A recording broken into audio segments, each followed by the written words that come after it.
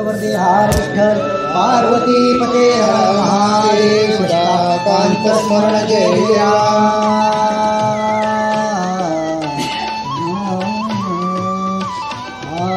तेथे दुंदुबी भेरी लागली निशाण धर्माशी अंगुष्ट झाला पूर्ण मग तो विमानी बैसून स्वर्ग भुवन पाहिल राम एक विषमाळ्यांचे लोक पाहती म्हणते धन्य धन्य या धर्माची कीर्ती जय जयकार महान करीती सर्व सुरवर स्वर्गींचे राम. आणि मग अशा प्रकारे आता धर्मराजांना काय झालंय की अंगुष्ठ तर आलायच. अंगुष्ठ आल्यानंतर मग आता 21 स्वर्गातले लोक काय बोलतात की काय काय या धर्माची कीर्ती काय, धर्माची कीर्ती काय, कसा राजा असेल, काय म्हणजे काय किती पुण्यात्मा आहे, किती पुण्यवान, किती पुण्यप्रतापी माणूस आहे. आणि सगळी काय करतात धर्माची काय स्तुती करत आहेत. विमान जात असे वैकुंठासी तव दूत म्हणते एकमेकांशी हिंसा घडली धर्मासी कैसे जावे शुद्ध मार्गे राम. आणि मग बघा स्वर्गातून आज्ञा दिली दूतांना जा एक महान आत्मा आपला येतो आहे त्याला तुम्ही घेऊन या. पण इथे दूतांना चिंता पडली हा आत्मा स्वर्गाला नेताना कुठल्या मार्गाने न्यावं. याच्या हातातून दोष घडलेले आहेत बघा माणसं याच्यातून पण भगवंताने आज्ञा दिली की त्या आत्म्याला तुम्ही घेऊन या. मग आता कुठल्या मार्गातून चालले ते. मग एकमेकांशी पुसती दूत जी धर्माशी हे कैसे प्राप्त तव ते सांगती वृत्तांत एकमेकांशी राम. आणि मग ते दूत एकमेकाला बघा अरे तुला या एवढ्या मोठ्या माणसाला या मृत्यूलोकातून आलेल्या माणसाला हे प्राप्त कसं झालं याच्यासाठी विमान यावं आणि त्यातून विमानात त्यांना न्यावं आणि ते पण स्वर्गाच्या रस्त्यातून त्यांना म्हणजे प्रवास करावा. हे किती भाग्यवान हा मनुष्य असेल. मग याच्या नशिबी हे कसं आलं आणि का आलं हा प्रश्न त्या दूतांना पडलेला आहे. सभे बैसला होता युधिष्ठिर जीवर येऊन केला जोहार जिया पिढीलो क्षुदेने थोर मद स्त्रीने फार गांजिले. आणि मग त्या दूताला प्रश्न पडलाय की यांच्या नशिबी हा स्वर्गाचा जो रस्ता आहे तो विमान जात असताना पण तो विमान कुठून चाललाय की नरककुंड जिथे भरलेले आहेत आणि त्या नरककुंडाच्या वरून हा विमान चाललाय. म्हणजे दुर्गंध अवस्था असं तिथे वास येते, दुर्गंध येते, तिथे उभा सुद्धा राहता येत नाही. असं मग यांना हा मार्ग हा रस्ता का भगवंताने निवडलाय तर त्या दूतांना हा प्रश्न पडलाय. आणि मग ते दूत एकमेकाला बोलतात की ज्या वेळेला धर्मराजा सभेमध्ये बसलेला असताना एक पारधी आलाय आणि पारधी आला आणि त्यांनी काय जो मायबाप मला वाचवा, मला मी परिस्थितीने गांजलोय, माझी परिस्थिती एवढी गरीब आहे, माझी मुलं उपाशी आहे, मला कमवण्याचं साधनच नाहीये काय, मग तुम्ही मला काहीतरी माझ्यावर तुम्ही कृपादृष्टी करावी असा हा व्याध तिथे बोलत असताना ऐकोनी धीवराचे वचन गहिवरले धर्माचे मान विकळवाणे तयाचे वदना नयनी जेव्हा देखील. बघा जनतेचे पालन करताना हा जनता जनार्दन हा राजा धर्मराजा आणि धर्मराजाच्या दरबारामध्ये एखादा धीवर येतोय, एखादा शिकारी येतोय आणि तो याचना करतोय हे मायबाप माझी बायका मुलं उपाशी आहेत, माझ्या पोटाला अन्न नाही तरी तुम्ही मला काहीतरी द्यावं असा तो धर्मराजा पुढे याचना करत असताना तय करुणा उपदली धर्मासी म्हणे अन्न काय होईल यासी मग सोनटका तयासी दिधला धर्मे होरा. आणि मग धर्माने विचार केला की याला जर आपण अन्न दिलं तर अन्न हा काय काही हा 2 दिवसात 15 दिवसात काय 1-2 जर तांदूळ दिले तर तो काय कधी संपून जातील. मग पुढं काय. आता राजा किती विचारी, राजा धर्मराजा सुद्धा किती विचारी होता. आणि मग धर्मराजाने काय केलंय त्याला एक सोनटक्का नाणा, त्यावेळेला मुद्रा असायच्या शिवाजी काळात, आपण शिवाजी काळाची मुद्रा पाहिली असेल तुम्ही दादा, शिवकालीन मुद्रा, आणि ते मुद्रा असायची. आणि मग ती धर्माने सुद्धा काय केले त्याला एक सोनटक्का म्हणजे एक मुद्रा दिलेली आहे. आणि मग पुढे दिवरा थोरा आनंदला हर्षयुक्त घरासी आला वृत्तांत सर्व सांगितला स्त्री आणि बाळकांशी. मग तो देवराला त्या धर्मराजाने एक नाणा दिलाय, एक मुद्रा दिली आहे आणि तो मुद्रा घेऊन तो घरी आलाय, एवढा आनंदित झालाय राजाने एखादी वस्तू दिली बोलल्यानंतर किती त्याला आनंद झाला असेल. राजाने भर सभेमध्ये मला माझ्या परिस्थितीचा मी जोहार केला, माझी परिस्थिती मी सांगितली, म्हणून राजाने मला एक सोनटक्का दिलाय आणि मला एवढा पुनीत केला की आज माझ्या मी लेकरासाठी या एका मुद्रेतून काहीतरी करू शकते. त्यावेळेचे ते 1 कोटी रुपये असतील हो, बरोबर की नाही. आणि मग तो आनंद आहे. मग त्याने पुढे काय केलंय, मग धिवरे काय केले, त्या सोनटक्यासी मोडीले, मग सूत विकत घेतले, धिवरे त्या द्रव्याचे. आणि मग त्या धिवराने काय केलंय, तो सोनटक्का बाजारात गेलाय, एका सोनाराच्या दुकानात त्याने तो मोडलाय आणि त्याच्यातून आलेले पैसे त्यांनी ते पैसे घेतले आणि ते पैसे घेऊन त्यांनी काय केलंय, जाळी विकत आणली. म्हणजे जाळी म्हणजे सूत आणलंय त्यांनी आणि त्या सुतापासून त्यांनी काय केलंय, आता मोठं असं एक जाळं बनवलंय. आणि मग त्या सुताचे पाहे मोठे जाळे केले आहे, प्रत्यही तो पारधीस जाय, खेळे पारधी जळांतर. आणि मग ते जाळं घेऊन तो काय करायचा, त्या नदीच्या पात्रात जायचा आणि मग तिथे त्यांनी मच्छीमारी व्यवसाय त्यांनी चालू केलाय आणि तो मासे मारायला लागलेला आहे. आणि मग पुढे जळी जाळे अशी टाकीत, आपुले उदर पोशी सतत,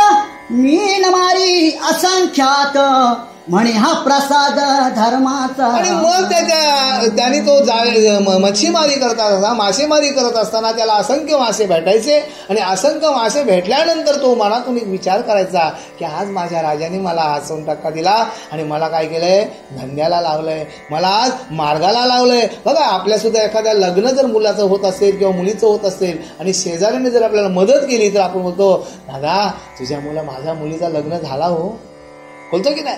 म्हणजे आणि मग आपण त्याचे आभार मानतो. बघा आपण आधी सहज त्या शेजाऱ्याला सांगतो, अरे भावजी होतं, भावजी रात्रीचा दिवस केला, पण त्या कणशी पैशांना माहिती नाही, आमच्याकडे दस्ताला पैसे नव्हते, बस्ता भरायचा ना पहिला.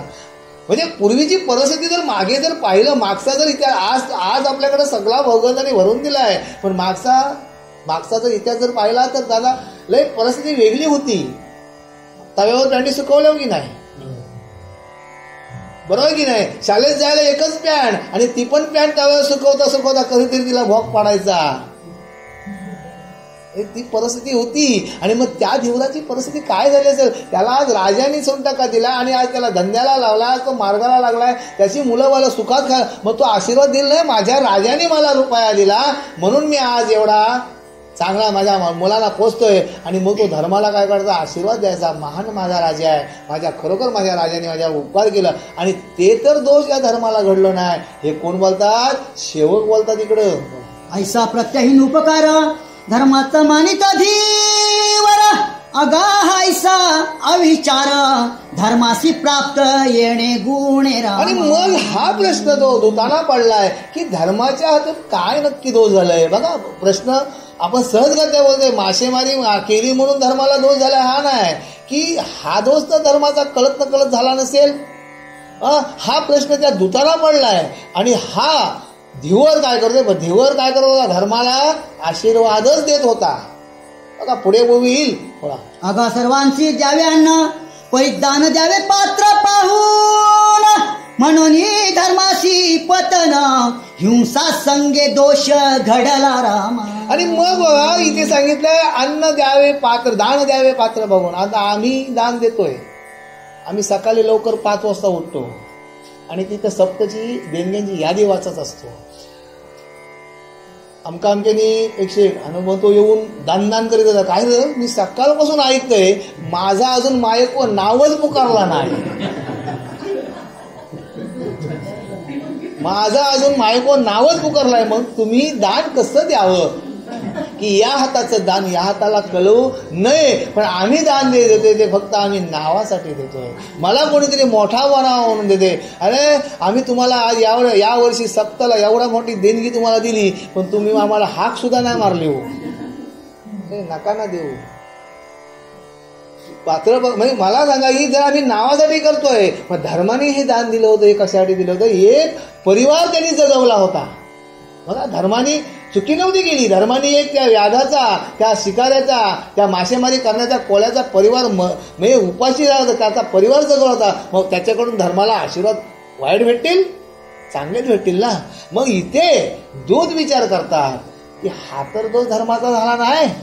हिंसा संगे नरक प्राप्ती ऐशी धर्मशास्त्राची नीती म्हणून येणे घडले यमावती पुरावरुनी राम. आणि मग तिथे सांगितलंय की दान पाहावं पात्र बघून. मग जर एखाद्याला जर आपण 10 रुपये दिले आणि त्यांनी जाऊन दारू पिली, त्यांनी बायका मुलाला मारलं, तर दोष किती मोठा आपल्याला होईल, बरोबर की नाही. मग दान कसं पाहावं की त्याची कुवत पाहिजे. दान घेताना सुद्धा त्याची कुवत पाहिजे की तो दान आपण दिलेली वस्तू तो सांभाळू शकेल का, किंवा त्याचा तो वाईट व्यवहार करणार नाही असं बघायला पाहिजे. आणि मग हे कळत न कळत जर हे धर्माच्या हातून जे दान दिलं होतं त्याच्यामुळे जर दोष झाला असतील, म्हणून या यमावतीच्या नरककुंडाच्या रस्त्यातून धर्माची वाट आलेली आहे असे ते दूध एकमेकाला बोलत आहे. ऐशी ही देवाची माव काय झाला धर्माचा न्याय की उद्धरवया सर्व जीव कुंभी पाकींचे राम. बघा काय सांगितलंय पुढे जाऊन, काय अशी ही देवाची माव, की खरोखर देवाची अशी करणी आहे की कळत न कळत धर्माच्या हातातून पाप झालं असतील. बघा या धिवराला पैसे दिले म्हणून ही ओवी एकदम मी स्पष्ट 2 वेळेला बोलतोय की धिवराला पैसे दिले म्हणून धर्माला पाप झालं असं ही देवाची माव आहे. काय पण काय देवाची माव, ही देवाची काय करणी आहे की त्या नरककुंडामध्ये आजपर्यंत लाखो वर्षाचे खितपत जीव पडलेत, त्या जीवांचा उद्धार करण्यासाठी तर धर्म इथून येत नसेल. बघा 2 प्रश्न आलं. आपण सहजगत्या बोलून जातो की धर्माने व्याधाला त्या शिकायला पैसे दिले म्हणून धर्म तिथून गेला नाहीये. पुढे त्यांनी प्रश्न केलाय की या भगवंताची माव काय की त्या लाखो वर्षाचे खितपत जे नरककुंडामध्ये जीव असे बुचपूच करत पडत होते ना खितपत, त्यांचा उद्धार करण्यासाठी धर्माला इथून आणलेला आहे की काय, ही भगवंताची लीला. माव म्हणजे लीला.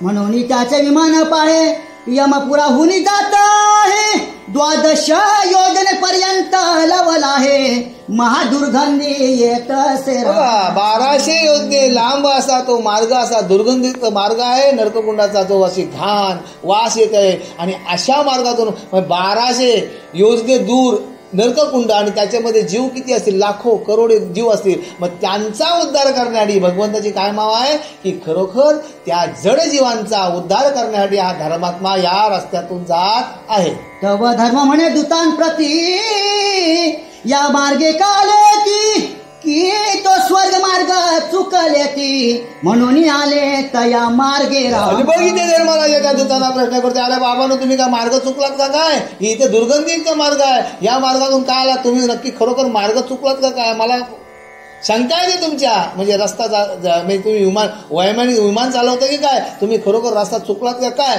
असा धर्मराजा बोलत असताना तेव्हा ते कळले धर्मासी की द्रव्य दिधले धीवरासी तो दोषाला अमानसी मीन हत्येचा.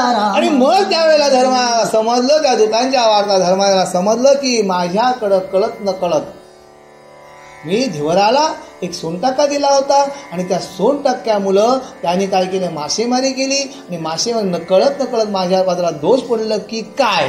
बघा 2 प्रश्न तिथे अजून पण तो प्रश्न शिल्लकच आहे की मग त्याच्यामुळं तर मला या मार्गातून येत नाही का काय, असं दूध बोलत होते. हे धर्माच्या कानावर आलं आणि मग धर्माने ऐकलं, आणि मग तया पापास्तव पाहे विमान यमपुरी उरी जात आहे दुर्गंधीने धर्मराय श्रमला मनी अत्यंत. आणि मग तो असा प्रवास करत असताना तो दुर्गंधीत असा रस्ता होता, आणि त्या धर्माला काय झालंय, त्या दुर्गंधीने काय झालंय, शीण झालाय.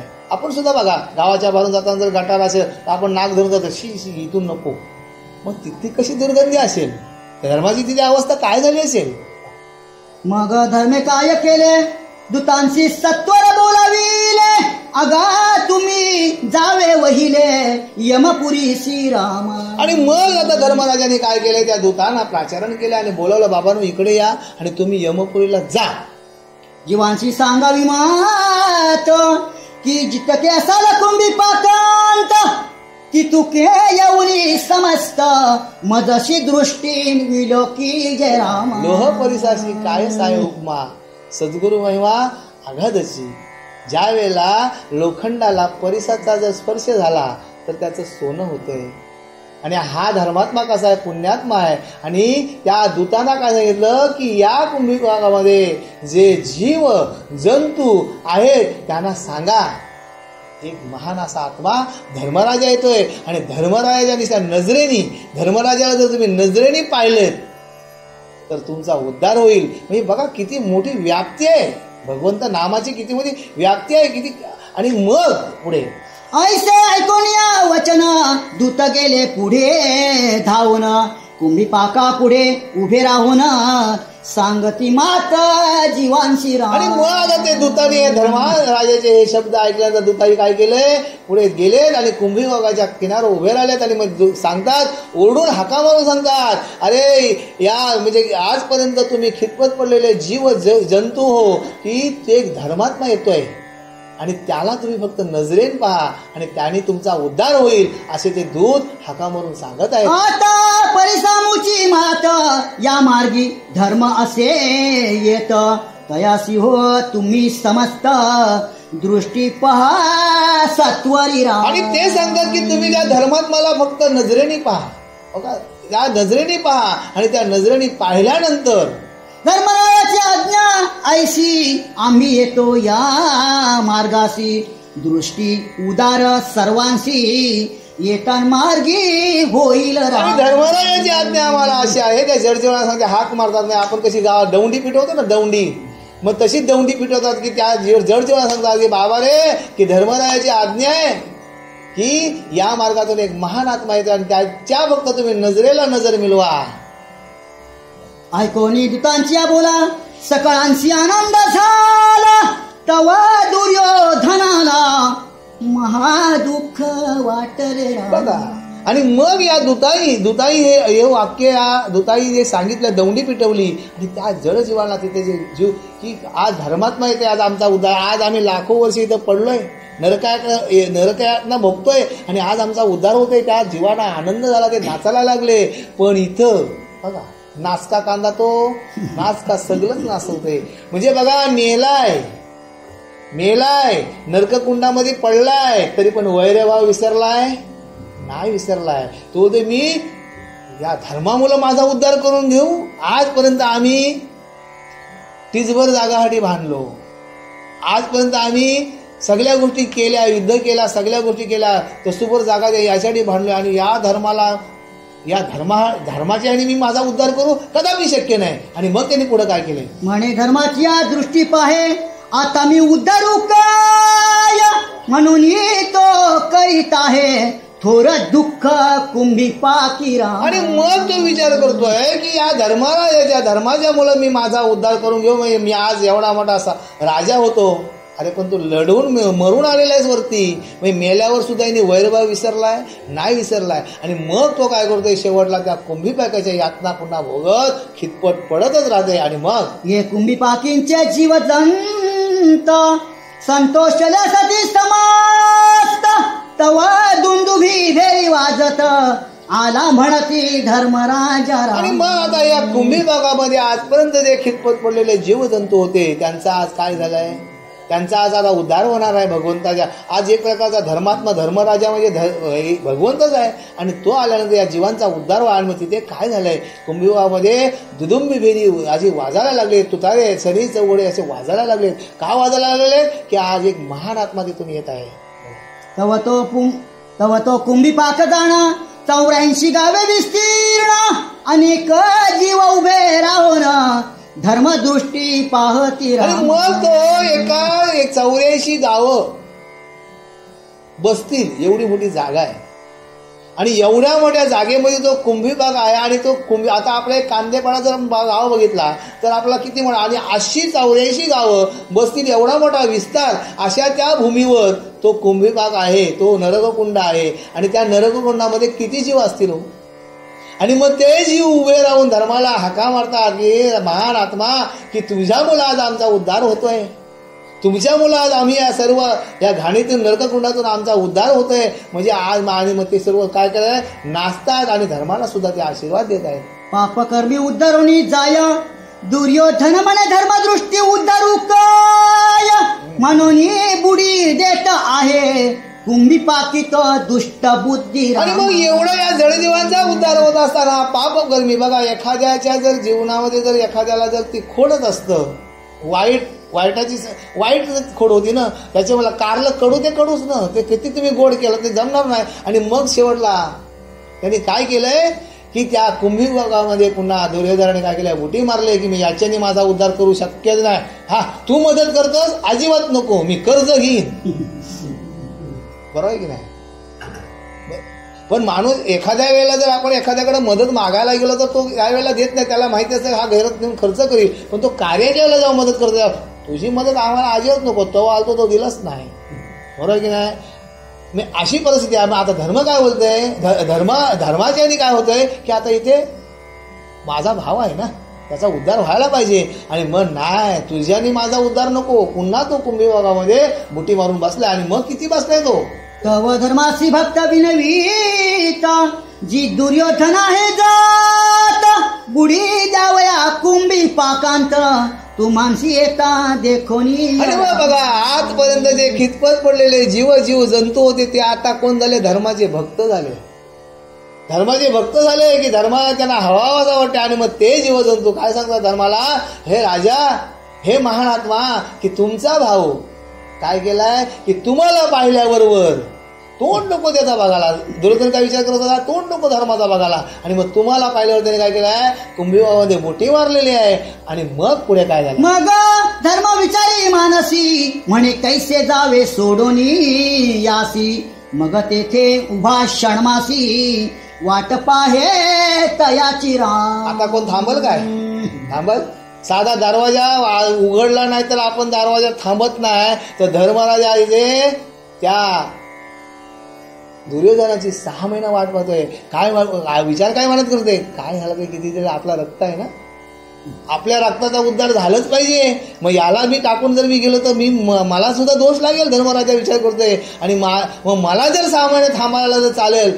आणि मग तिथे धर्मराजा काय करतोय, त्या दुर्योधन आताच वर येईल, आताच या दृष्टीने 6 महिने तिथे थांबलाय.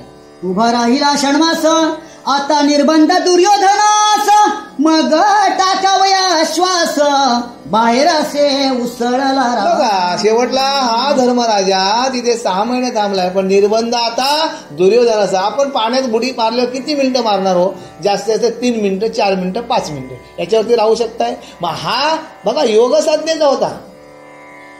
गुरु द्रोणाचार्याकडे सगळी लोक होती, शिष्य परंपरा होती. मग यांच्याकडे योग होता, विद्या होती, सगळ्या गोष्टी होत्या. पण गेले कशामुळं, लोभामुळं. रावण कशामुळं गेला, लोभामुळं गेला. लक्षात आलं तुमच्या? रावण निशाचर होता पण कशामुळे गेला, लोभ, सीतेचा लोभ मणी धरला. आणि याही संपत्तीचा लोभ मणी धरला. आणि आज कौरव गेले ना. आणि मग हा विचार करते, हा किती काय तरी आपला रक्त आहे, मग याला सोडून कसा जायचा. आणि मग धर्मराजा तिथे 6 महिने तिथे उभा राहिला. आणि मग निर्बंध आला याला. आणि शेवटला 6 महिन्यांनी त्यांनी काय केलंय, त्या कुंडाबाहेर उचली मारली, श्वास घ्यायला यायलाच पाहिजे वर. आणि आल्यानंतर दृष्टी देखीला धर्मराजा भयला. नंतर ऐसा बाप धर्मराव, दृष्टी उदरिले जीव पहाहो, पुढे श्रीकृष्ण देव धर्म भेटीसी पै आले हो. आणि मग असा हा महान आत्मा धर्मराजा एका निस्त्या नजरेनी त्यांनी काय केलंय, सर्व जीवांचा उद्धार केला. आजपर्यंत आपल्याला संत ज्ञानेश्वर महाराजांनी ज्ञानेश्वरी दिली. यदा ज्ञानेश्वरी दिली, ओम नमोजी आद्या वेद प्रतिपाद्या, जय जय सोसव्यद्या आत्मरूपा. बघा एवढा महान ग्रंथ दिलाय. निस्ता तुम्ही ज्ञानेश्वरीवर ओवीवर बोट नका हो फिरवू, बोट फिरवू पण नका. निस्ता तिला नमस्कार करून तुम्ही आपला हिंदूंचा धर्मग्रंथ कुठला ताई सांगा ना, आपला हिंदूंचा धर्मग्रंथ तुम्हीच सांगा. बघा म्हणजे काय शोकांकित आहे हो, आपल्याला आपला धर्मग्रंथ नाही माहिती. आपल्याला आपला धर्मग्रंथ माहिती नाही. एखाद्या यवनाच्या मुलाला तुम्ही विचारा, बाळा तुमचा धर्म, तो लगेच उठल कुराण शरीफ. आणि आम्ही सगळं शरीफ. बाळा कुठला धर्मग्रंथ आपला, तुम्ही सांगा. सांगा ना. मग आपला धर्मग्रंथ जर आपल्याला सांगायला एवढा वेळ लागत असेल तर आपण किती मागे आहोत. आपण किती मागे आहोत की धर्मग्रंथ की खरोखर गीता हे शास्त्र असं आहे, यदा यदा हि धर्मस्य ग्लानिर्भवति भारत. म्हणजे बघा की ज्या ज्या वेळेला माझा धर्म संकटात पडेल, भगवंत स्वतः बोलतात ज्या ज्या वेळेला माझा धर्म संकटात पडेल त्या त्या वेळेला मी अवतार घेत असतो. बरोबर आहे ना. मग हा अमोघ असा गीताशास्त्र, एवढाच आपला गीता संस्कृतमध्ये वाचता येत नाही म्हणून ज्ञानेश्वर महाराजांनी आपल्याला ज्ञानेश्वरी दिली, प्राकृत मराठीमध्ये करून दिली बघा. आणि ती सुद्धा आपल्याला आपल्याकडे, मी बोलते तुम्ही वाचू पण नका, पण तिला फक्त एकदा नमस्कार करावं. जसा माय माऊलीला नमस्कार करतात का ना माहिती ना आता, हा तर तेवढं त्या ज्ञानेश्वरीला तरी तुम्ही एक वेळेला नमस्कार करा, तुमचा जीवनाचा उद्धार होईल. आणि खरोखर दिशा सापडत नसेल ना दिशा माणसाला, तर ती ज्ञानेश्वरी दिशा दाखवते.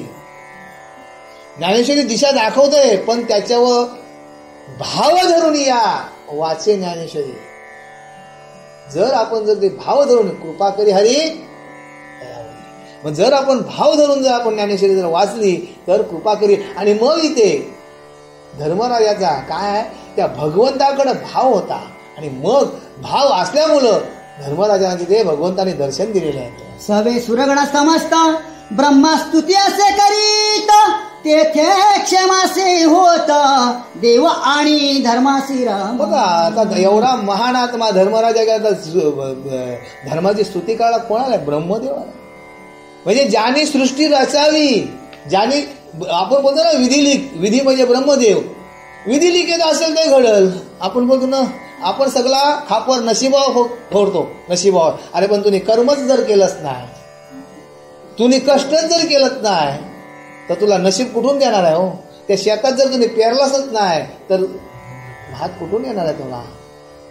मग मला सांगा, आज धर्माची स्तुती ब्रह्मदेव करतोय, किती महान आत्मा असेल. हे आपल्याला मोजकं ग्रंथ वाटते, 7 अध्यायाचा स्वर्गारोहण पर्व जर वाटत असेल, पण अमोघ असा ज्ञानाचा जर त्या प्रत्येक जर आपण शब्द जर आपण जर विलोकन केला, त्याचं आकलन जर केलं, तर त्या शब्दातच आपलं जीवन सफल होणार आहे.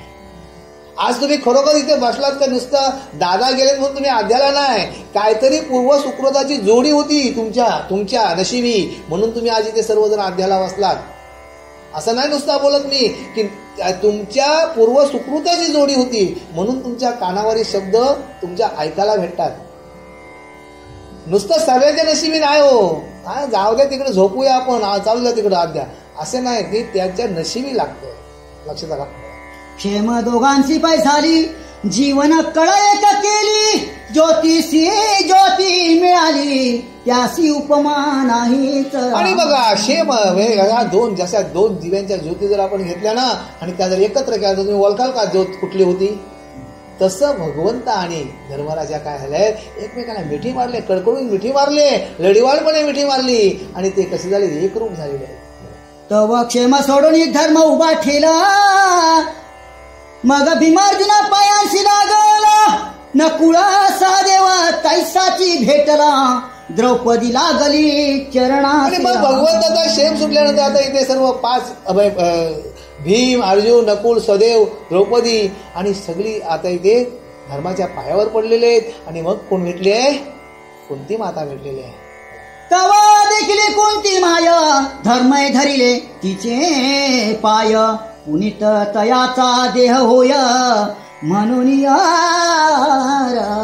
आणि मग बघा आज आई सुद्धा आईची आणि धर्माची तिथे भेट झाली. आणि मग म्हणजे आजपर्यंत धर्मरायाचा झालेला हा प्रवास, खडतर प्रवास, भगवंताची भेटी झाली, पण शेवटला पुनीत कशाने झाला धर्मराजा? कशाने झाला? की त्या मायची भेट भेटली. बघा माय म्हणजे आई म्हणता, माय म्हणता ओठाला ग ओठ गडे, आणि मावशी म्हणता तोंडाचा ग चंबू गडे. म्हणजे बहिणाबाई चौधरी म्हणून गेले की आई माई एवढा जवळ की ओठाला ओठ लागतात, पण मावशी बोलताना ओठ असं चंबू होते की नाही, लागतात ओठाला ओठ. मग आपण म्हण होती ना, माय मरो ना मावशी जगो, होते की नाही, होती की नाही. मग मला सांगा, आज ही धर्माची आई भेटल्यानंतर धर्म काय झालाय, इथे संपूर्ण धर्म पुण्यित झालाय, पुण्यात्मा झालेला आहे. बोला. वैकुंठ पतिताप्ता म्हणून धर्माशी भेटली रुक्मिणी, मग वैकुंठी आल्हाद पूर्ण होऊनी मखरे तोरणे उभवी आता वैकुंठीचा कोण आहे? आपते म्हणजे नातेवाईक, नातेवाईक नाही म्हणजे आपतेष्ट म्हणजे नाते आपण होतो ना, लग्नाला पत्रिका लिहितो ना आपतेष्ट लिहितो ना काय. मग आता हा वैकुंठाचा आपते नातेवाईक झालाय. कोणाचा नातेवाईक झालाय? रुक्मिणीपतीचा, म्हणजे भगवान विष्णूंच्याकडं म्हणजे श्रीकृष्णांकडे काय झाला, हा पाहुणा आलाय, पाहुणा. आणि मग हा नाते, आणि मग तिथे त्याने काय केलं धर्माने पुढं, शृंगारली वैकुंठ नगरी आनंद झाला घरी. तेथे धर्मराजा राज्य करी निरंतर जाण पारा. बघा भगवंताच्या कृपेत काय म्हणजे कसं आहे बघा. आजपर्यंत धर्माने हस्तिनापुराचं राज्य मिळवताना रक्तरंजित क्रांती झाली, रक्ताचा पूर गेला. आणि आज एका नामधारणेने म्हणजे एक फक्त त्याचं वागणं चांगलं होतं, संयमाचं होतं आणि नीतीचं होतं, आज वैकुंठाचं राज्य करतोय बघा. म्हणजे काय म्हणजे भगवंताच्या म्हणजे माणूस जर सरळ वागला तर त्याला सहजगत्या गावातील लोक बोलतील, अरे आमकाचा पोरगा चांगला आहे हो. आणि तो जर बाटली घेऊन फिरला तर म्हणजे बघा फरक आहे. म्हणजे माणसाला मान कधी भेटतो की ज्या वेळेला चांगला वागतो त्यावेळेला माणसाला मान भेटतं. माणसाचा पाऊल जर घसरत असेल तर त्याला मान भेटत नाही. पण आज धर्माची परिस्थिती अशी आहे की धर्मराजा आज वैकुंठाचा कोण झाला, राजा झालाय, राया काय वाणू त्या सुखासी पूर्ण गोडी त्या अनुभवियांशी उच्छिष्ट पदार्थ विष्णू दासासी नामा पंक्तीसी राहिला. बघा इथे आता ग्रंथकर्ता सांगतोय की तिथला जो स्वर्गसुखाचा जो सोहळा होता, त्या स्वर्गसुखाचं वर्णन जर मी करायला गेलो तर मला ते वर्णन सुद्धा करता काय त्या सोहळा असेल काय. आणि तिथलं त्या स्वर्गसुखाच्या सोहळ्यामध्ये ज्या पंक्ती वाढल्यात, नाम नावाच्या ज्या पंक्ती वाढल्यात, त्या पंक्तीतून ताटातून उरलेलं जे उचिष्ट आहे, हे ग्रंथाचं जे कवन केलं आहे बघा. संत नामदेव महाराज सांगतात की जे उचिष्ट आहे ते उचिष्टचे जे कवन केले त्यातलं फक्त थोडीशी असं उरलेला शीत आणि ती मी आज सेवन करतोय. संत नामदेव महाराज खाली जाऊन सांगतात की मी ते माझ्या उचिष्ट म्हणजे उष्ट, देव तिथे जेवलेत, धर्मराजा जेवलेत, देव भगवंताच्या पंक्ती लागल्यात, सगळं संत जेवलेत, पण त्या पत्रावल्यावर जे उरलेलं उचिष्ट आहे ना, त्या उचिष्टाच्या पंक्तीला मी आहे हो. बघा म्हणजे संत सुद्धा किती लीनतेने लिहितात आपल्यासाठी की ते उचिष्ट जरी माझ्या वाटेला भेटलं ना, ते आज हे स्वर्गारोहण पर्व हे आपल्या वाटेला उचिष्ट आहे, आपल्या वाट्याला हे उचिष्ट आहे. आणि त्याच्यामुळे मी आज पावन झालोय असा जिथे संत नामदेव महाराज म्हणत आहे. अशी महाभारती कथा वैशंपायने सांगितली परीक्षिती सुता. म्हणून ब्रह्मात्या गेल्या तत्वता जन्मे जयाची बघा. आजपर्यंत महाभारताची कथा ऐकताना महाभारतामध्ये रक्ताचा सडा पडला, अशी ही कहाणी ऐकताना या जन्मेजयाच्या हातून कळत न कळत पाप घडलंय. 18 ब्राह्मण मेले आणि 18 ब्राह्मण मेल्यानंतर अंगावर संपूर्ण कुष्ठ उठलंय. आणि मग त्याच्यातून वाचवल कोण? मग ह्या ऋषीने त्याला 18 पर्वाची कथा सांगितली महाभारताची. आणि 18 पर्वाची कथा सांगत असताना ह्या राजाला मध्ये लोभ म्हणजे काहीतरी उत्पन्न व्हावं, शंका यावी. आणि मग 17 ब्राह्मण उठले आणि 17 वार कापड शुद्ध झालं आणि 1 वार कापड शुद्ध नाही झालं. आणि त्यावेळेला काय शंका घेतली होती की माझं काय एवढं पूर्वज काय बलाढ्य होतं काय, डोंगरावर मोठं हत्या आकाशात फेकतील आणि त्या हत्या आकाशात तरंगतील.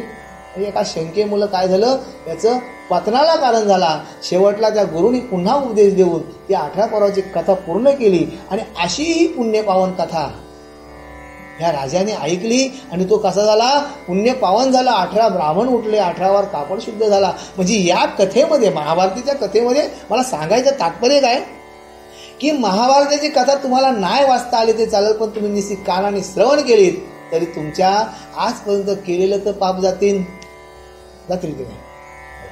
मगाराव करी काय उपकारासी उत्तीर्ण होऊ काय, तीर्थवंदनी धरिले पाय ऋषी षोडशोपचारे पूजिला. आणि मग इथे राजाने काय केलंय, त्या ऋषींच्या चरणावर त्यांनी मस्तक ठेवलंय आणि ऋषींची त्यांनी काय केले, षोडशोपचारे म्हणजे यथासांग त्यांनी ऋषीची पूजा आरंभ केली. आणि ऋषीची पूजा केल्यानंतर जे मद दोष वेगळे केले पातकापासून सोडविले मग ऋषीने बद्रीन बैसविले पूजिला राय जन्मे जय आणि मग या ऋषींची या जन्मेजय राजाने पूजा केल्यानंतर मग काय केलंय राजाने पूजा केल्यानंतर ऋषीने काय केलंय या राजाला काय केलंय बद्री म्हणजे आसनावर बसवलाय म्हणजे तिथं त्याचा राज्याभिषेक केलाय तेथे भेरी दुंदुबी वाजती निशाणे तुरे गर्जती स्वर्गीय देवा पुष्पवृष्टी करुणी म्हणती शोभावंशी दिघली येणे राम. म्हणजे आता एवढं हे जन्मजयाच्या म्हणजे भाग्यामध्ये एवढं आलं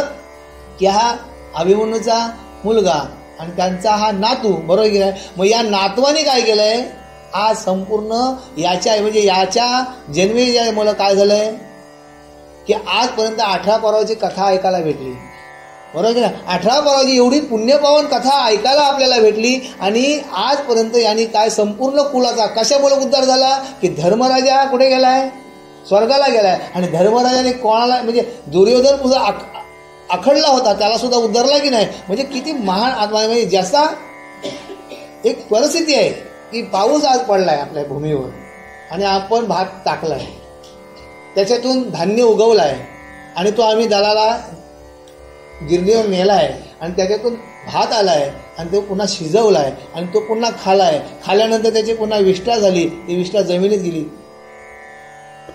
म्हणजे धर्मराजांनी सुद्धा काय केलंय की आजपर्यंत सगळं काय केलं युद्ध केलं लढाया केल्या सगळं केलं पण शेवटला उद्धार कोणी झाला धर्मा. म्हणजे ही परिस्थिती आहे की ही राठाचं मगाशी बोलून गेलो राठाचं जसं गाडकं असतात खालचं भरलेलंच असतात.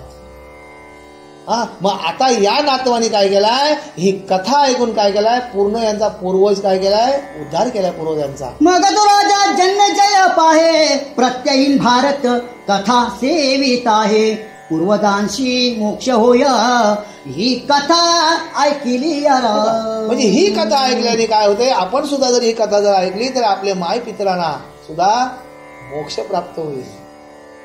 आम्ही काय करतोय 12 दिवस आम्ही मस्त बसतोय अध्याय ऐकतोय नाश्ता करतोय सगळ्या करतोय दिवस कार्य झाल्यानंतर 15 दिवस तो हार येतो काय हार हाणलाच काय नाही पैसे सुट नव्हतं आणि 2 महिन्यानंतर हार बंद आणि मग कालांतराने पुन्हा प्लास्टर निघते घराची आणि मग तो फोटो काढून अडगळीत मग तो बाबाचा फोटो शोधता म्हणजे मला सांगा की परिस्थिती अशी आहे. मग ही पूर्वजांची कथा आपलं कुलस्वामी जो आपण जे मानतो मल्हारी मारते धन्य तो मल्हारी त्रिशूल खड्ग घेऊन केली दैत्यावरी सरी हा मल्हारी मार्तंड कोण आहे हो हे आपले पूर्वज आहे. फक्त त्यांच्या ज्या विभूती आपण ठेवल्या की मल्हारी आमचा देव आहे खंडराय आमचा देव आहे पण त्या या आपल्या पूर्वजांच्या विभूती आहेत. जर तुम्ही या विभूतींना पूजलात तर तो तुम्हाला मल्हारी मार्तंड पूजेल हो प्रसन्न होईल नाही तर कदापि होणार नाही. म्हणून हे जे आपले जे पूर्वज आहेत हे आपले कुलस्वामी आहेत. हे आपण 7 आसरा वगैरे देव्या ज्या बोलतो ना हे आपले सगळे पूर्वज आहेत. लक्षात आलं तुमच्या का. पण त्यांना जर तुम्ही जर आपल्या पूर्वजांना जर तुम्ही नमस्कार केलात तर त्यांना तो नमस्कार पोचते आणि तेव्हा तुमचा खंडराय तुमच्यासाठी धावून येते. आणि मग आपण जातो कधीतरी भक्तांकडे मग ते भगत कवळी सोडतात तुम्हाला देव नाडताना हो तुमचं. मग मला सांगा देव कुठलं नाडतात हे आमचं पूर्वज नाडतात. पण अजून एखादा चांगला भविष्य का सांगतो तुम्हाला पितृदोष आहे. अरे ज्याने तुम्हाला अंकुर देऊन वाढवलं बघा सांगायचा मुद्दा लय मोठा आहे की ज्याने तुम्हाला अंकुर आईला म्हणजे पितृरेत आणि आईचं आणि विटाल यांनी जो पुतळा निर्माण केला त्याचा दोष तुम्हाला लागेल त्याचा दोष तुम्हाला लागेल नाही कधीच लागणार नाही. मातृदोष कधी लागेल अहो ज्या मांजरीने पिल्लाला धरावं आणि इथून मालावरून वरती उडी मारून न्यावं तर त्या पिल्लाला दात लागत नाही आणि मग त्याच माईने तुम्हाला हाताच्या झोलल्या केल्या ना त्याच माईने हाताच्या झोलीने तुम्हाला फिरवलं ना मग त्यांचे दोष तुम्हाला लागतील. मग अशा भक्तांकडे जाऊन जमल काय पितृदोष सांगते त्याच्याकडं बोला पण जी ही कथा पुण्य पावना भावार्थे भाविती परमांश जाणा पातकाशी मुळीहून उपटवनिया टाकी. आणि अशी भक्तजन हो, श्रोतेजन हो, तुम्हाला एक विनंती करतोय, ग्रंथ करता सांगतोय की अशी ही कथा मनाने जर तुम्ही, भावाने जर तुम्ही ऐकलीत तर तुमच्या पातकाचा सुद्धा नाश होईल. पण आम्ही काय बोलतो, गेलतो नाही का अध्याला तिथून एवढा धान लाव. रात्री ऐकलेला सगळा गेला. बोला. जी हे कथा नित्य पाहे प्रभातेशी ऐकत आहे, नित्य दिनी त्याचे देह होतील विष्णू रूप होरा. बघा अशी ही कथा पुण्यपावन आहे. आता प्रभाते, आता प्रभातेचा अर्थ दोन होतात, एक तीर्थक्षेत्र आणि सकाळ. जर तुम्ही आता मला सांगा ही कथा 12 वेळाच वाचायची आहे का? बघा ग्रंथकर्त्याने आधी स्पष्ट सांगलाय, ही जर कथा, हा जर ग्रंथ तुमच्या घरात जर असेल तर तुम्ही सकाळी जरी वाचलात तरी तुम्ही पुण्य पावून आहात. आणि जाऊन तीर्थस्थळाला जाऊन जर त्याचा तुम्ही जर पारायण जर केला तर अजून तुम्हाला त्याच्याहून जास्त पुण्य भेटेल. मग आता ही कथा मयत कार्याच्या ठिकाणीच लावायची आहे का? ही आपली समज आहे. पण ग्रंथकर्त्याने स्पष्ट सांगितलं आहे, हे पवित्र 18 पुराणामधले ही पुरवणी आहे, स्वर्गारोहण. लक्षात आला? जशी गीतेची पुरवणी भागवत, मला बरोबर आहे ना, गीतेची पुरवणी भागवत, नाथाने एवढा मोठा भागवत ग्रंथ लिहिला. गीता काय सांगतोय? जगावं कसं. आणि भागवत काय सांगतोय? मरावं कसं, की तुला मरणाच्या दारात काय करायचंय ते भागवत ग्रंथ सांगतोय. पण ती ज्ञानेश्वरीची पुरवणी आहे हो. ज्ञानेश्वर महाराजांनी समाधी झाल्यानंतर एकनाथ महाराजांनी लिहिलेली आहे ते भागवत ग्रंथ. हे आपल्या अमोघ एवढे ग्रंथ दिले तर आमचा तिकडं लक्षच ना, आमचा फक्त लक्षच काय लक्ष आहे ते कमी आज झालं ते जास्त कसं होते. लक्षात तुमच्या जास्त मी बोलत नाही पुढे जाऊन, का कधी माझ्या याच्यातून तोंडातून शब्द काहीतरी कुठं कोणाला लागले असतील, पण हे ग्रंथामध्ये निरूपण करताना आमच्या तोंडातून ओघाने का परिस्थिती तशी आहे, आताची परिस्थिती तशी आहे म्हणून बोलावं लागतंय. मुलं त्या पद्धतीने वागत आहेत, बरोबर. आईवडिलांचा कुठेतरी कळत नकळत त्यांचे हाल होत आहेत. आधी मी मोठ्याने जरी सांगत असलो आईवडिलांचे हाल करू नका, पण मी नक्की आईवडिलांची सेवा करतोय का हे मला माहिती आहे का तुम्हाला? बरोबर की नाही? मी आईवडिलांची सेवा करते तुम्हाला माहिती आहे का? नाही माहिती. पण मी जर ती सेवा करत असेल तर मी तुम्हाला सांगू शकतोय की आईवडिलांची सेवा करा. पण माझ्या हातून जर ती सेवा करता येत नसेल तर मी तुम्हाला सांगण्याचा अर्थ नाहीये. पण मी आई ठामपणे सांगतोय की मायपित्रांची सेवा तुम्ही करा, म्हणजे मी करतोय. लक्षात आलं तुमच्या? आणि खरोखर मी भाग्यवान आहे. मी खरोखर आज तुमच्यासमोर मायबापासमोर बसलोय. मी एवढा भाग्यवान आहे, माझ्याकडे 90 वर्षाची माझ्याजवळ आई आहे. तिचे मला सकाळचं फक्त चरण भेटतात. मी तिच्यावर ओरडत असेल, नक्की ओरडत असेल, पण तिचे मला चरण स्पर्शित होतात. म्हणजे मी भाग्यवान आहे की मला तिची सेवा करायला भेटतोय. आणि आज 4 वर्षी ती माऊली खाटेत आहे, पण तिची सेवा मी करायला मला भेटते. आणि तेवढाच वेळ काढून ह्या भगवंताच्या सानिध्यात मी येतोय. तरी माझ्या चुकून कुठंतरी 2 शब्द वेगळे गेले तरी मला माफ करा, कारण मी पण तुमचाच मुलगा आहे. ऐसे देवधर्म एका होती, परी बोलतान 2 दिसती, तैसे श्रोता वक्ता 2 म्हणती, परी असती एक रूप हो. बघा आता तुम्ही श्रोते जण जे बसलेले आहात, तुम्ही इथे संत नामदेव महाराज सांगतात की खरोखर तुम्ही भाग्यवान आहात. श्रोता म्हणजे ऐकणारे आणि वक्ता म्हणजे वाचणारे, सांगणारे. पण हे कोण आहेत? एकरूप आहे. श्रोता म्हणजे ऐकणारा श्रोता नाही. काय सांगितलं? एकरूप देव आहे, देव. आज तुमचे म्हणजे आज एक कथेला तुम्ही बसलेत ना, हे तुम्ही देव आहात, देवरूप आहात, असा इथे ग्रंथकर्ता सांगतोय. ऐशा चित्त चौघांचे एक होया, ते केवळ एक रूप पाहे, चित्त शुद्धार्थ ऐकावी हे पुण्यकथा भारतींची राम. बघा म्हणजे कसं सांगितलंय, काम, क्रोध, मद आणि मत्सर हे 4 जण आहेत ना, आपल्याला नेत असतात. बघा काम, बघ ना ती चांगली रस्त्यावरून पोर चालली, चिकणी आहे, वेगळा शब्द बोललो, पण इथे काम उत्पन्न झाला. तू माझ्या वंशीला छेडलीस, काय उत्पन्न झाला? क्रोध उत्पन्न झाला. आणि ती सुंदर एखाद्याची वस्तू चांगली दिसते म्हणून ती मला हवी, म्हणजे लोभ झाला. म्हणजे बघा सांगा, काम, क्रोध, मद आणि मत्सर. म्हणजे मला सांगा की आपल्याकडे जर काम वाढला तर पुढं हानी आहेच. आणि एखाद्याची वस्तू चांगली दिसते म्हणून ती हिसकावून घे, लोभ जर आला तर पुढं काय आहे, गती काय आहे? कर्म तुम्हाला वाईटच भेटणार. म्हणजे ह्या गोष्टी इथे या कथेला बसल्यानंतर आपल्या गोष्टी निरसन पावतील असं इथे ग्रंथकर्ता स्पष्ट सांगत आहे. आता 5-6 ओव्या राहिलेल्या आहेत फक्त आमच्याकडे. म्हणजे बघा, कोणताही कार्यक्रम असतो त्या कार्यक्रमाचा शेवट हा भैरवी रागातून होत असतो. मलाही काही भैरवी काही जमत नाही आहे, पण या ठिकाणी भैरवी रागातून ज्या ओव्या राहिल्यात 5-6 त्या घेण्याचा मी प्रयत्न करतो. आणि या ठिकाणी एक सांगायचं मग अशी राहून गेलं, ते गणेशदादाला फोन केला, दादा म्हणतो एक दिवस सुद्धा आला नाही. तर सांगितलं असतं त्याच्याबरोबर सुद्धा पण येऊन गेला असतो. पण आज खऱ्या अर्थानं गणेश लांगे दादा यांच्या खऱ्या अर्थानं निमंत्रणाला मान देऊ या ठिकाणी एक सेवा करण्याची संधी मिळाली. आणि मी आमचे जगदीश पाटील भाऊ हे आमच्या कोळव्याचे जावई आहेत आणि टेलर काम वगैरे चांगल्या प्रकारे करतात आणि वडखडला SBI ATMवर असतात. पण यांना कधीही फोन करा. पण यंदापासूनच आमची सुरुवात आहे. आम्ही दोघेही नवीनच आहोत. हे पण निरूपणकार नवीन आहेत. मलाही वाचता येत नाही. वाचणारा धनी आहे तो वाचून घेतो. मलाही काही जमत नाही आहे. पण या ठिकाणी खऱ्या अर्थानं गणेशदादांचे लांगी परिवाराचे आम्ही आभार मानतो. आणि शेवटचा दिस गोड व्हावा याचसाठी केला होता अट्टास. आणि आमच्या या ठिकाणी 95 ओव्या मी सोमनाथ दादांना का ना त्यांनी सांगितलं की तुम्ही 10 ओव्या तरी घ्या. तर ते म्हणतात ना आज तुमच्याकडनंच व्हायला हवं. आणि आज या ठिकाणी 95 ओव्या आमच्या सेवेशी आल्या. काही अवधानांना बोलता बोलता आमचं काही चुकलं असेल तर माफ करा. आणि या शेवटच्या 5-6 ओव्या राहिल्यात या भैरवी रागातून मी घेण्याचा प्रयत्न करतो. पण या ठिकाणी श्रोते तुम्ही असे आहात की खरोखर दक्ष आहात. अलक्षाशी लावित लक्ष श्रोते जन होत तुम्ही परमदक्ष. पण तुमचं नव्हतं, पण माझं होतं. घड्याळाकडे लक्ष करा. 11 वाजताय. तुम्हाला जरा शिणवलंय याबद्दल मी दिलगिरी व्यक्त करतो. क्षमा असावी.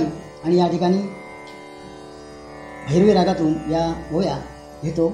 आणि खरोखरच मला खरोखर धन्यता वाटते आज या ठिकाणी लांगी परिवाराची. धन्य आजी दिनं झाले दर्शन संतांचे असं वाटते. अगदी सर्वजण दक्ष. बघा आमची सगळ्या ताई आलेल्या आहेत, सगळे जावई यांचे मुली वगैरे इथे आज आलेले आहेत. आणि श्रोतेसुद्धा चांगल्या प्रकारे उत्तम प्रकारे श्रवण करतायत या ठिकाणी. आणि मग अशी गणेशदा म्हणाय उशीर थोडा बोला आमचं झालं, मला माफ करणार ना, होऊ द्या उशीर. महेश पण बोलला ना, झालं चांगली गोष्ट आहे. चांगले तुमचा सागरी शरीर झाली धापा पदा साने धानी धापा गपा धानी धापा गम गम पद पम गरे सा जपिया मन रसिया रसिया तन मन धननो छावर करहो. धन्याजी दिन धन्याजी दिन दर्शन झाले संतांचे. दर्शन झाले संतांचे. दर्शन झाले संतांचे. आणि प्रभू रामचंद्र कैकेयीच्या आठवणी भरताला राज्य द्यायचं आहे. 14 वर्ष वनवास. एक पत्नी एक वचनी. प्रभू रामचंद्र ज्या वेळेला 14 वर्षाचा वनवास होण्यासाठी वनवासात गेले त्यावेळी त्यांचा सुमंत रथ घेऊन चाललेला आहे त्या ठिकाणी. आणि त्यांना ज्या ठिकाणी पाहिजे होतं त्या ठिकाणी सुमंत त्यांचा रथ घेऊन गेलेला आहे. आणि शेवटच्या सोडल्यानंतर सुमंताने सांगितलं, हे प्रभू आता मी घरी जाऊन काय सांगू. त्यावेळेला सांगितलं, शेवटी करिता नम्र प्रणाम. शेवटी करिता नम्र प्रणाम बोलले तू के मज श्रीराम. बोलले तू के मज श्रीराम. बोलले तू के मज श्रीराम. अयोध्ये सजा परत सुमंता. अयोध्ये सजा परत सुमंता. कथुनिया पुले तात तात चरणते वंदनीय रे. शततीर्थाचे धाम. बोलले तू के मज श्रीराम. बोलले तू के मज श्रीराम. आणि आज एकादशी आहे. विठ्ठल विठ्ठल गजरी. विठ्ठल विठ्ठल गजरी. अवघी दुमदुबली पंढरी. अवघी दुमदुबली पंढरी. अवघी दुमदुबली पंढरी. होतो नामाचा गजर. होतो नामाचा गजर. दिंड्या पताकांचे भार. दिंड्या पताकांचे भार. अवघी दुमदुमली पंढरी. अवघी दुमदुमली पंढरी. अवघी दुमदुमली पंढरी. पुण्य झालिया संचित. पुढे केवळ कृपा होय तेथ तृतीयांचे विशुद्ध चित्त काढून घेई स्वामी तो राम धरी रे सा.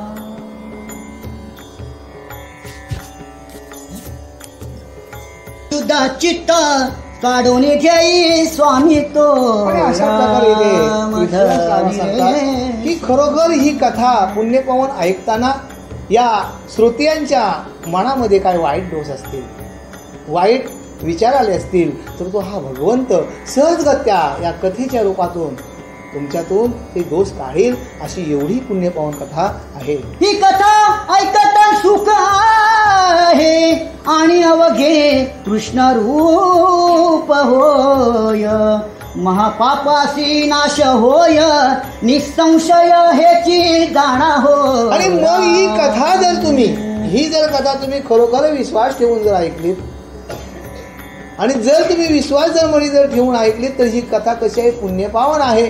तुम्ही आजपर्यंत तुमच्या हातून जे काय दोष घडले असतील, काय पापकर्म घडले असतील, ते तुमचे निघून जातील आणि तुम्ही कसे व्हाल की पुण्यवान व्हाल आणि पुनीत व्हाल. असे हे एवढं अमोघ शास्त्र आहे, असा इथे विष्णुदास नामा आपल्याला सांगत आहे. श्रोत्यांची माझी विनवाणी मी शिणविले कथा सांगोनी. स्वामी माझ्या बोबडिया वचनी कृष्ण नाम घ्या सदा. मग इथे विष्णुदास नामा संत नामदेव महाराज एकदम खाली येऊन बोलतात की माझे जे बोबडे बोलायचे, जसं लहान मुलगा जसा बोबडे बोलतो, ज्ञानेश्वरीच्या 9व्या अध्यायामध्ये आहे ओवी, बालक बोबडे चुके बोल बावला. लहान बालक जर बोबडं बोलवत, आईला काय वाटतं माझा बाल बोलायला लागला, वाटतं की नाही. आणि जर त्याच्या हातातला जर उष्टा जरी हात आला आईच्या तोंडात, तोच करून रुजवी माय जीवी. म्हणजे तो आई जेव्हा त्याला मुलाला भरवते, तेव्हा तो मुलगा सुद्धा तो हात आईच्या तोंडात घालत असतं. आणि त्याप्रमाणे संत नामदेव महाराज सांगतात की त्याप्रमाणे माझे जे काय जे बोबडे होते, आम्ही सुद्धा तुम्हाला सांगतोय की आमच्या तोंडातून जर काय शब्द वेगळे गेले असतील, तर ते वाईट असतील ते बाजूला करा, चांगले तेवढेच घ्या, वाईट आम्हाला द्या.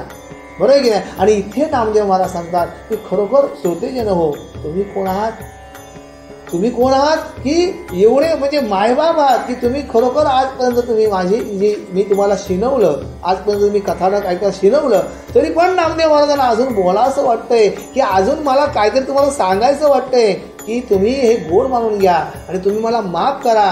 की तुम्ही मला माफ असं करा की तुम्हाला मी शिनवलं, तुम्हाला मी त्रास दिला, तुम्हाला तिष्ठत बसायला लावलंय, पण ही कथा कशी होती, गोड होती. जिये भारत कथेसी लिहितान उद्धरी पूर्वजांशी आणि तेच ऋषिकेशी होती हो हरिरूप. आणि ही कथा आता आपण ग्रंथ लिहिलाय, आपण ग्रंथ विकत आणलाय, पण ही कथा जर याच्या जर तुम्ही जर प्रती करून जर पुढं जर लोकांना वाचण्यासाठी दिलात, या प्रती जर तुम्ही आता उदाहरणार्थ आमचा 12वा आहे, आम्ही ताटा वाटतोय, पण तुम्ही खरोखर ज्ञानेश्वरी वाटा ना. जाऊ द्या ना, कोणाच्या तरी घरात कोणाच्या तरी अधिष्ठान तिथे त्या ज्ञानेश्वरीला भेटेल. ताट किती दिवस राहणार आहे, कुठला तरी धार्मिक पुस्तक द्या तर तो वाचेल. हो, म्हणजे काय सांगितलं आहे की नामदेव महाराज सुद्धा हे सांगतात की याच्या जर तुम्ही प्रती करून जर कोणाला वाचायला दिलात, तर तुम्ही तुमच्या गाठीला अजून पुण्य भेटेल. ऐसे बोलून या वचन ग्रंथ झाला संपूर्ण. भारत संपले येथून सांगे नाम विष्णुदास. एवढे बोलून नामदेव महाराज सांगतात की आता इथे ही महाभारताची जी कथा होती, आजपर्यंत महाभारताची जी कथा होती, स्वर्गारोहण जी पुरवणी होती, ती आता काय झाले, संपलेली आहे. पण तरी पण त्यांना राहता येत नाही बघा, तरी पण नामदेव महाराज राहतात, तरी पण त्यांना अजून बोलावं वाटतंयच. वांजी बाळे बांधीती निपुत्रिकांशी पुत्र होती. जे भारती कथा ऐकती ते उद्धरिती कोठी कुळा. इथे अजून नामदेव महाराजांना अजून सांगावं असं वाटतंय, वांजी पालने बांधतील. म्हणजे ज्या आईला, ज्या माय माऊलीला पुत्ररत्न होत नसेल, पण ही जर कथा तिने जर विश्वास धरून जर ऐकली, आधी भाव ठेवून जर ऐकली, तर तिला सुद्धा पुत्र, या कथेच्या पुण्य पावन कथा अशी आहे की त्या श्रवणाने, त्या पठणाने तिच्या सुद्धा घरात पालना हलेल अशी ग्वाही देतात नामदेव महाराज. इति श्रीमन महाभारते स्वर्गारोहण पर्व कथा सप्तमोऽध्याय. श्रीकृष्णार्पणमस्तु. म्हणा कुंडलीकवरदा पार्वती पते हर महादेव शांत स्मरण. जय जय राम, जय जय रघुवीर समर्थ. श्री पंढरीनाथ भगवान की जय. राधा कृष्ण भगवान के बजरंग बली की जय. मंगल मूर्ति मोरया सब संतन की जय. कैलास राणा शिवचंद्र मौली मणिन्द्र माता मुरलीधर कारुण्य सिंधू भव दुःखारी लवीर शंभो मदकोणताई. उपासनेला दृढ चालवावे भूदेव संतांची सदा नमावे. सत्कर्मयोगे वय घालावे सर्वामुखी मंगल बोलवावे.